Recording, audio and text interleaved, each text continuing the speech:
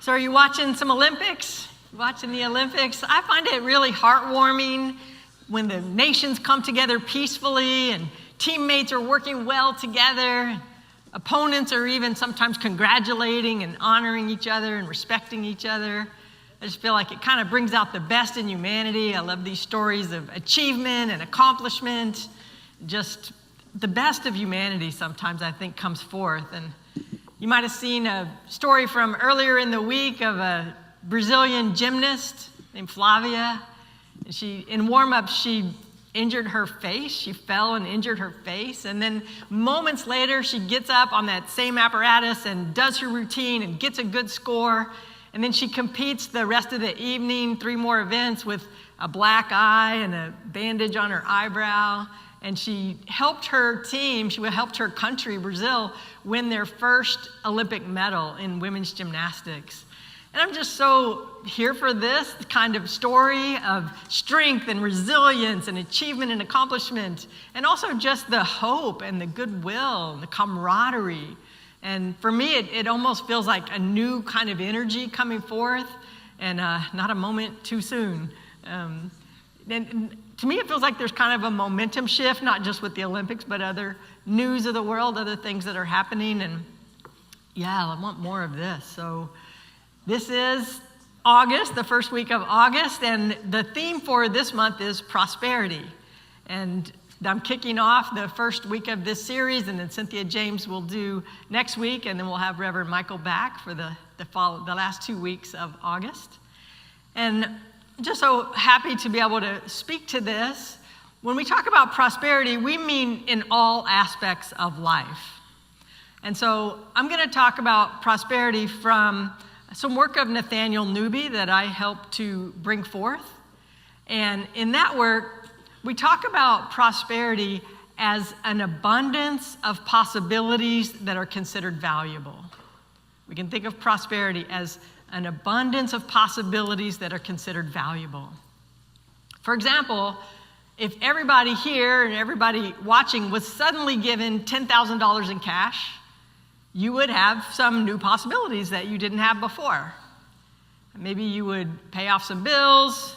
Maybe you would book some sacred travel. Maybe you would join with the people who are buying new screens for our sanctuary. So money brings forth possibilities. Health brings forth possibilities. What would you do if you were completely healthy in all aspects of your life, in body, mind, and spirit? And similarly, we can have a prosperity and abundance in purpose and meaning in life. If you have a fulfilling livelihood, if you get to wake up in the morning and do what you love to do, if you know that you're bringing forth positive change and having a positive effect on the world around you, that makes life worthwhile. It brings meaning to life. So I'm going to talk about prosperity in the light of the law of cycles. And there's 2 primary cycles that I'm going to talk about, the circle and the spiral.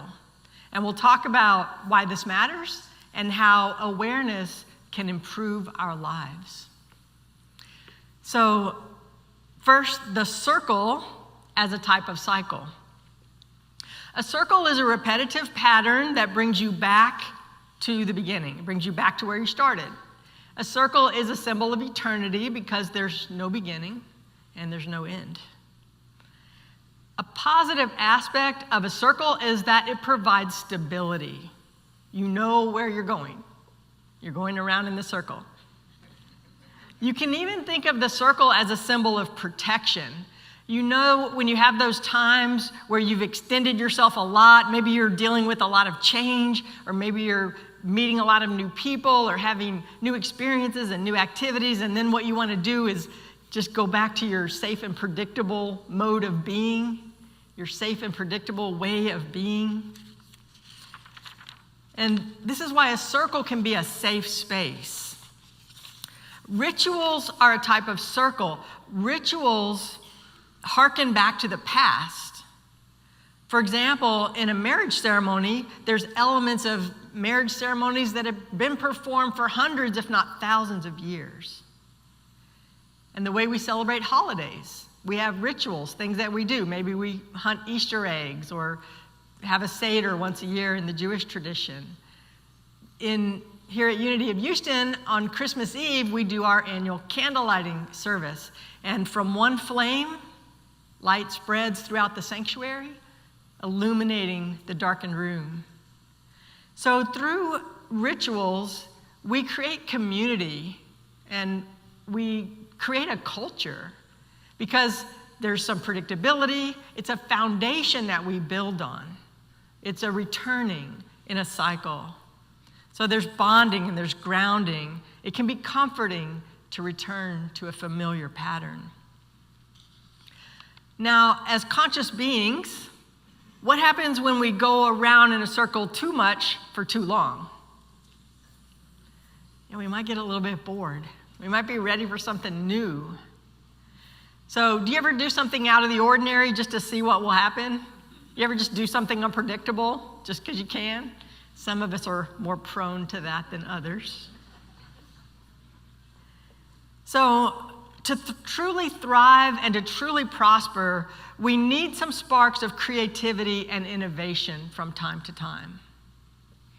And this is true in every aspect of life, in our individual lives, in organizations, in families, in cultures, and in societies. We need times when we protect and repeat what is working, and we also need to be open to new ideas. So that's the circle. Now we're going to talk about the spiral as another type of cycle. And we know that cycles exist in life. This is even referenced in the Bible. In the third chapter of Ecclesiastes begins, "For everything there is a season and a time for every matter under heaven, a time to plant and a time to pluck up what is planted." We cycle through day and night, but not the same day, not the same night. We cycle through the seasons, but not the same winter and not the same spring. So we are on a spiral. And in life, there is progression. Progression is a part of this life experience. We might even imagine that progression is part of all universes and all realms of being. We can't know that, so we'll just focus on being here now, like we talked about last month. But progression is one way that life is set up to work here. You know how in a video game or in a science fiction world, there's just certain rules or certain structures that govern that existence. And progression is just one aspect of life that we experience here. We need times of rest and we need times of activity. We need times to conserve and to regroup. And then we need times to venture out with courage and creativity. So it's effective to discern how you're operating. Are you circling or are you spiraling? Both are needed, both are important, both are valid, but it's good to be aware and to make conscious choices. Let's talk about cycles in relationships, because cycles are very evident in relationships. And maybe one of the most important ways is through attention given and a lack of attention given and received. And you know that for a relationship to work, you need some stability and predictability, and you also need to inject some newness now and then. If there was somebody in your life who was completely erratic and capricious and unpredictable, you wouldn't have a good foundation to build on. If you never knew what they were going to say or what they were going to do, that would be really difficult to have a foundation for that relationship. On the other hand, if it seems like you always know what they're going to say and what they're going to do in any situation, you might want to inject some new activity that you can share, that you can talk about. I had these friends, they were a couple. We were sitting around one night in a group talking, and a certain topic came up, And the friend who was next to me, she kind of said under her breath, but where I could hear her, one time at band camp, and sure enough, right on cue, her partner launched into a story with those exact words, one time at band camp. And I just thought that was so funny but that's the way life is, right? We know each other, we get to know each other, we hear the stories, we know the stories after a while. And I actually think that this is why some coaches become ineffective, because if the team has heard those same stories over and over and over again, if the coach is very predictable in their presence and their wording, I think, people tune them out after a while. And this is actually one thing I really appreciate about Reverend Michael Gott, our senior minister, is he's always enthusiastic about something. He's always learning something, whether it's spiral dynamics or the Enneagram or Jungian psychology. He's always bringing something new into his conversations and into his life and into what he shares. So there's different ways to break out of a routine, and one way is by experiencing a strong emotion. A strong emotion can be a kickstart to get us out of a circle, maybe into a spiral.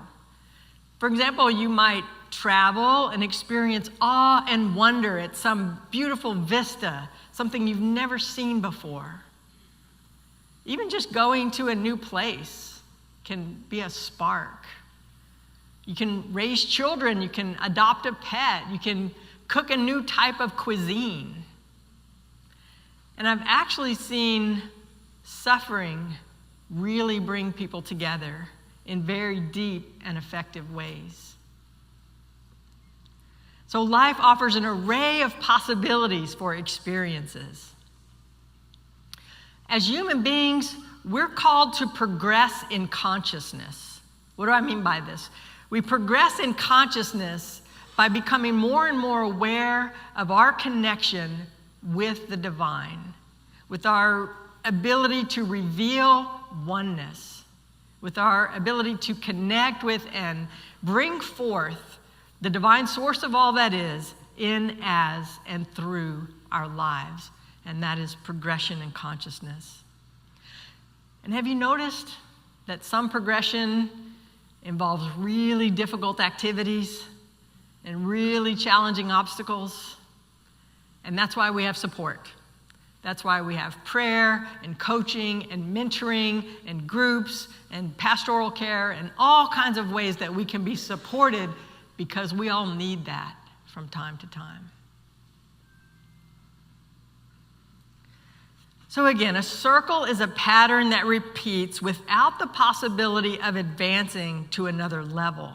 Circles have their place. We need to return to what is familiar. We need to regroup. We need to rest. We need to feel safe. We need to reinforce our learning.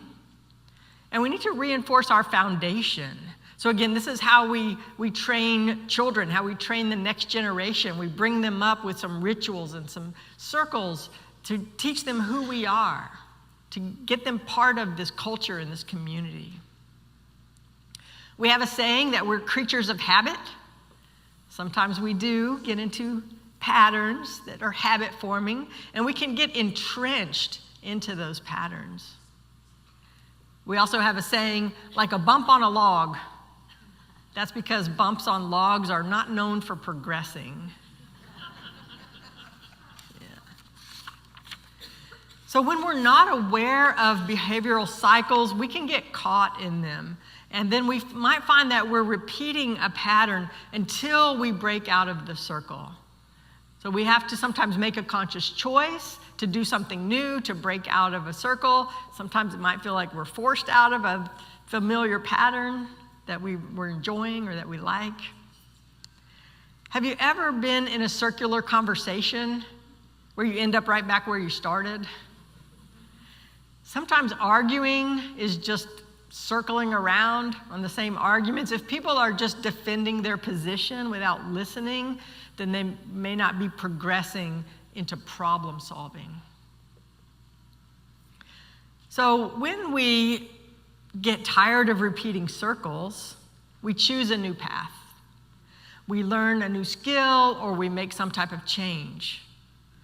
And then when we extend ourselves, when we expand, when we venture forth, we create new pathways. We create new opportunities for thought. And so more can be revealed through us and as us in new, fresh, and exciting ways. And this affects how we're connected to the world. So we need to be connected and grounded in our fundamentals, in our foundation, and we need to also be willing to venture forth with courage. So wisdom is knowing when to circle and when to spiral. And again, both modes are effective, and we need a proper balance. We need a proper balance of circling and spiraling in life. So how does this relate to prosperity? Well, you might notice that abundance is cyclical. Abundance often seems cyclical. Are there any particular fruits or vegetables that you look forward to during the year? Maybe you like in the summer when you go to the grocery store and they have those big bins of corn. The corn harvest has come in. You got all that corn on the cob that people are going through, and you can cook some corn. I really like cherries, so I love it in the summer when the cherries are in the grocery store. Hatch peppers, there's a window in the year where we can get hatch peppers. And here in Houston, we have a lot of pecan trees, so when they're making pecans, might be pecans all over the ground, all over the tree, just in that season. Lemon trees, we have some citrus here. So you might notice that abundance can come in cycles, and we can just acknowledge that and be aware of it. And then again, if you find yourself caught in a circle in some aspect of your life, it can be effective to ask, what can I do to keep progressing? What can I invite into my life? What can I introduce? How can I extend myself? How can I maybe be brave, be bold, make some change, do something different? So one way to spark change is by making an effective request. An effective request addresses the concerns of all parties involved. And even just thinking about sparking a positive change can lead to progression. So for example, let's say you're being hired into a new job and you want to ask for a particular salary. Or maybe you want to ask for a raise. So you're going to build your case, you're going to see what the economy is doing, you're going to understand the structure of the organization before you go in and state your case. And then you might also be aware that even if money is not forthcoming, there's other things you can ask for. You could ask for mentoring. You could ask for a pathway for advancement. You could ask for what you could do to make yourself more productive and more valuable. You could ask somebody to teach you a new skill. So there's many ways to break out of a circle and into a spiral of progression. Now I want to talk just briefly about the opposite of a cycle. The opposite of a cycle is a fragment. It's just a snippet of information. A fragment is not connected to the whole.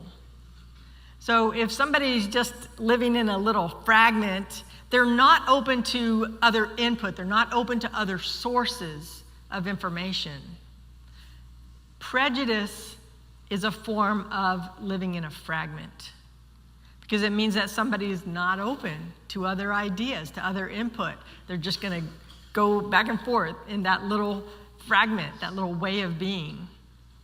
And you know that someone's stuck in their ways when they're not experiencing the flow of life, when they're not open to new ideas and new input and new sources. So when we want to be in the flow of life, we need to connect the circle. We need to be in a circle or in a spiral that brings us into that flow of life. So we're not just going in a little fragment. So in the different areas of your life, are you circling? Are you spiraling? Or are you living in a fragment that is incomplete? Now, sometimes it feels safe and reassuring to, again, rely on what is predictable, but progress is the nature of life. So when we want to invite and make space for more abundance and more prosperity, we want to live in a conscious connection with the divine source of all that is. We want to live in conscious connection with the source of infinite light, infinite resources, infinite solutions. And we want to be open to creativity and innovation so that we can be the fullest expressions of who we came here to be. And when we maintain our connection with God, then we'll know when to rest and when to venture forth. We'll know when to honor the rituals of the past and when to introduce some newness. And we'll know when to reiterate our learning, when to reinforce our foundations and our traditions, and when to expand into new ways of being. Let us pray.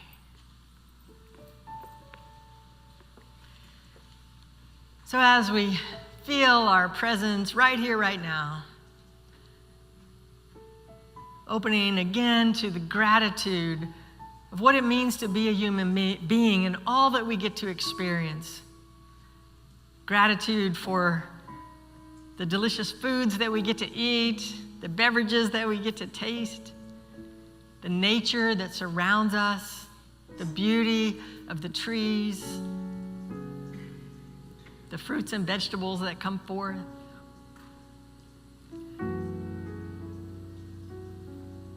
The ways that we get to move our bodies, the ways that we get to feel our bodies in space, experiencing hot and cold and up and down.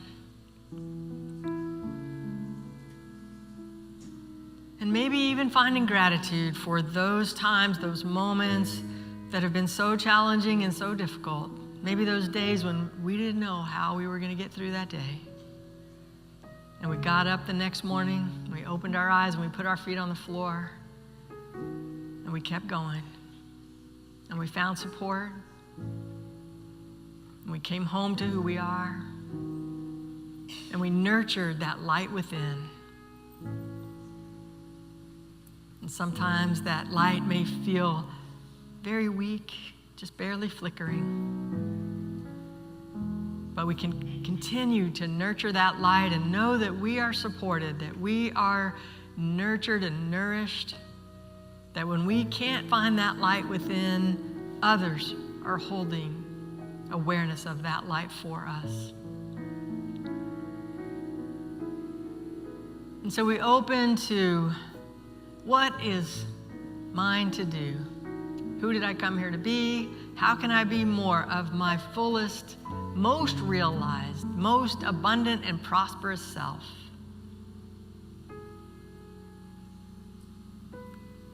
And when it's time to regroup, we give ourselves permission to rest, to gain our energy and our strength back. We can gain comfort in the traditions and the rituals that bond us, that help us to form a society and a culture. Those rituals that we pass on to our young people, to our loved ones. And we can also affirm that we can find openness to new ideas, to innovation, new sources, new input. And we can know how to achieve the balance, the harmony, the equanimity as we cycle between circling and spiraling. And we can also ask to be shown, where might I have any fragments in my life? Where might I be just retreading, digging a trench, being stuck in my ways? And how can I complete the circle? How can I complete the conversation? How can I heal? How can I forgive? How can I come full circle so that I know that everything is working for my good? That no one and nothing is against me. That I can triumph. That I can rely on that infinite divine source of love that is always available, always flowing forth. So that I can rest in the knowing that I can just be. I can be still and know that I am one with the divine, eternal, infinite source. And I can say yes to expressing the delight, the wonder, the awe, the joy, the clarity.